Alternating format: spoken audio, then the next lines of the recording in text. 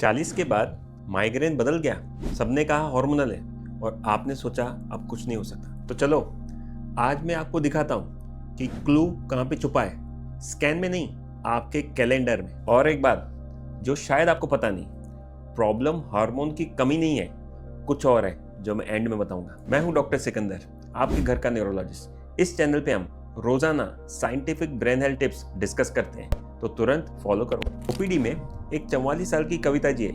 बोली, डॉक्टर साहब मुझे 20 साल से माइग्रेन है, लेकिन पैटर्न बिल्कुल स्पेसिफिक था, पीरियड के 1-2 दिन के आसपास। माइग्रेन 2-3 दिन रह के ठीक हो जाता था, लेकिन पिछले 8 महीनों से पीरियड कभी लेट कभी जल्दी और माइग्रेन बिना टाइम टेबल के। अब उनके हेडेक का कोई पैटर्न नहीं था। कभी रात को पसीना, नींद टूट जाना, फैमिली बोली स्ट्रेस है, और कविता जी ने मुझसे पूछा, डॉक्टर साहब कहीं मेरे ब्रेन में ट्यूमर तो नहीं। उनके हाथ में रिपोर्ट्स की पूरी गट्ठी थी, लेकिन जो मुझे चाहिए था वो नहीं था।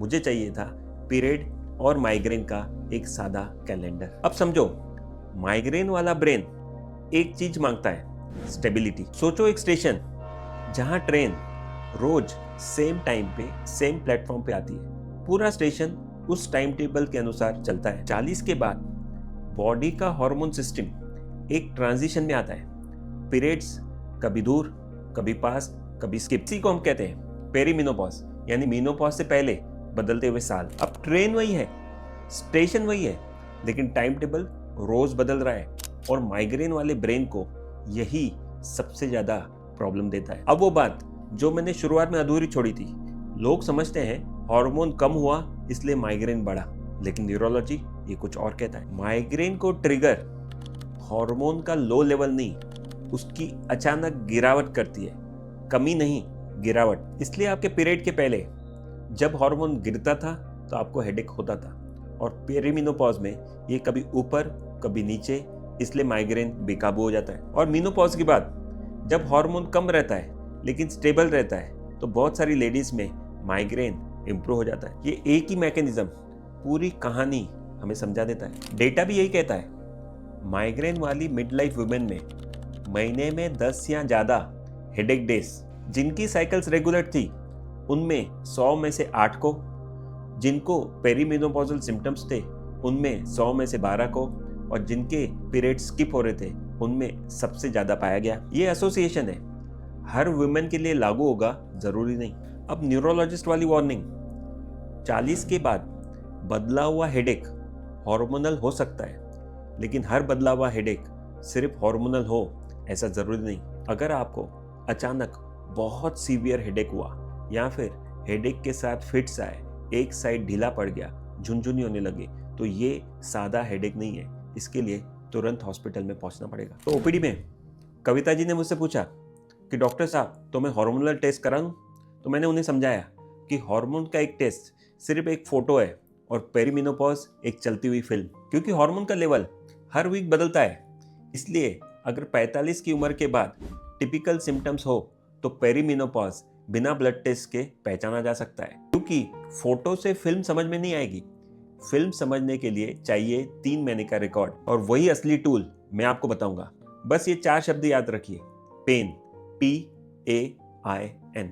P मतलब पीरियड, ब्लीडिंग का टाइम नोट कीजिए। A मतलब अटैक, पेन का सीवियरिटी और दिन वो भी मेंशन कीजिए। I मतलब इनटेक, कौन सी दवा ली, कितनी क्वांटिटी में ली, कितना रिलीफ मिला, वो भी नोट डाउन कीजिए। N मतलब न्यूरोलॉजिकल साइन, क्या आपको कोई जिगजैग लाइन दिखी, क्या एक साइड दिखना कम हो गया, क्या एक साइड हाथ पैर भारी हो गया या मुंगियां आने लगी, और अगर 3 साइकिल्स तक आपका पीरियड स्किप हो गया तो वो भी मेंशन कीजिए, वो सबसे इंपॉर्टेंट क्लू है। इंटरनेशनल हेडेक क्लासिफिकेशन में भी मेंस्ट्रुअल पैटर्न माइग्रेन को डायग्नोस करने के लिए 3 महीने की डायरी नोट डाउन करना पड़ता है, क्योंकि 1 महीना कोइंसिडेंस हो सकता है, 3 महीने यानी पैटर्न। कविता जी को पेन रिलीफ किसी टैबलेट से नहीं मिला, उन्हें मिला इन बातों से। पहला, उनका पेन इमेजिनरी नहीं था, इसलिए घर पे कोई बोल दे कि ये तुम्हारे मन का वहम है, ये गलत है।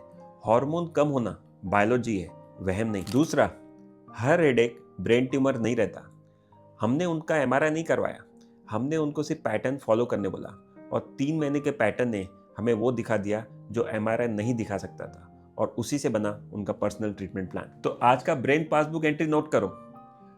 पेरीमेनोपॉजल पीरियड में बहुत सारी टेस्ट करवाना, वहम बोल देना या फिर एमआरआई करवाना विड्रॉल है।